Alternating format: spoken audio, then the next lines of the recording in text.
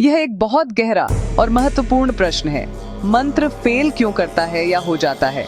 संक्षेप में कहें तो मंत्र स्वयं कभी फेल नहीं होता, लेकिन हमारी साधना, समझ या अपेक्षाएं अधूरी होती हैं, जिससे हमें लगता है कि मंत्र ने कोई फल नहीं दिया। आइए विस्तार से समझते हैं कि मंत्र क्यों असफल प्रतीत होता है। सबसे पहली बात, श्रद्धा और विश्वास की कमी। मंत्र उच्च ऊर्जा और कंपन का माध्यम है। यदि उसे संदेह, आलस्य या मजबूरी में जपा जाए तो वह गहराई तक नहीं पहुंचता। शब्द तो बोले गए, लेकिन आत्मा चुप रही, तब मंत्र का प्रभाव नहीं होता।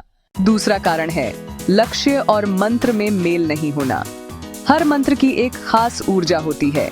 अगर आप धन चाहते हैं लेकिन कोई शांति देने वाला मंत्र जप रहे हैं तो परिणाम उम्मीद के अनुसार नहीं आएगा। अनुशासन और नियमितता का अभाव ये सच में साधना की राह में बड़ी रुकावट बन सकते हैं। मंत्र साधना को हमेशा नियमित, समयबद्ध और संयमित होना चाहिए। अगर हम कभी कभार ही साधना करें, बीच में छोड़ दें या फिर जल्दबाजी दिखाएं, तो ये सभी बातें मंत्र सिद्धि में रुकावटें बन जाती हैं। शुद्ध उच्चारण और विधि का पालन न करना भी एक बड़ी भूल है।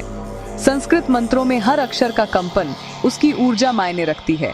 अगर उच्चारण गलत हो जाए, संख्या पूरी न हो या विधि को टाल दिया जाए तो मंत्र का प्रभाव सच में कम हो सकता है। अशुद्ध मन और विक्षिप्त चित्त के साथ मंत्र का जाप करना भी उतना ही बाधक है।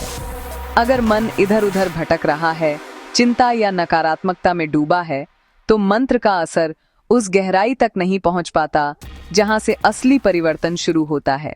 कई लोग मंत्र को सिर्फ कुछ पाने का जरिया समझते हैं, पैसा, सफलता, पद इत्यादि।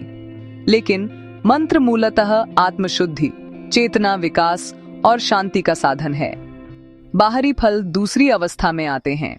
कभी कभी हमारे पुराने कर्म, मतलब पास्ट कर्मा, इतने भारी होते हैं कि मंत्र के बावजूद परिणाम धीरे आते हैं। ऐसे में हमें धैर्य और निष्ठा से साधना करनी चाहिए। मंत्र कोई तुरंत असर करने वाला जादू नहीं है। यह एक ऊर्जा प्रक्रिया है जो समय और साधना मांगती है। मंत्र तब तक विफल नहीं होता जब तक साधक स्वयं हार नहीं मानता। मंत्र के प्रभाव धीरे, गहराई से और स्थायी रूप से होते हैं यदि श्रद्धा, नियम और समर्पण से किया जाए। अगर आप चाहें तो आप मुझे यह भी बता सकते हैं कि कौन सा मंत्र कर रहे हैं या किस लक्ष्य के लिए कर रहे हैं। रुद्र ऊर्जा उपचार अनुसंधान संस्थान के अनुभवी मार्गदर्शक आपकी साधना को बेहतर दिशा देने में मदद कर सकते हैं।